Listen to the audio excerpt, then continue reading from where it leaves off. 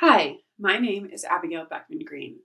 9 years ago, I received a living kidney transplant from my Aunt Karen. When I was fresh out of college, it was brought to my attention that my kidneys weren't functioning like they should. Being young and dumb, I ignored the problem as long as I could. But a few years later, my ankles started to swell. I was so exhausted I could barely make it through a workday, and I experienced the worst brain fog imaginable. I realized I couldn't ignore it any longer.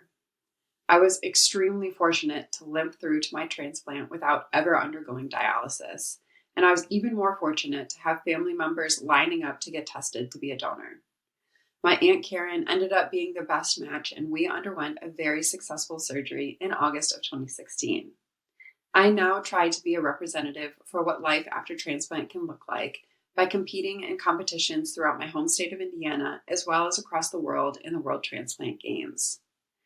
I think there's a common misconception that in order to donate a kidney, you have to be a blood relative of the recipient.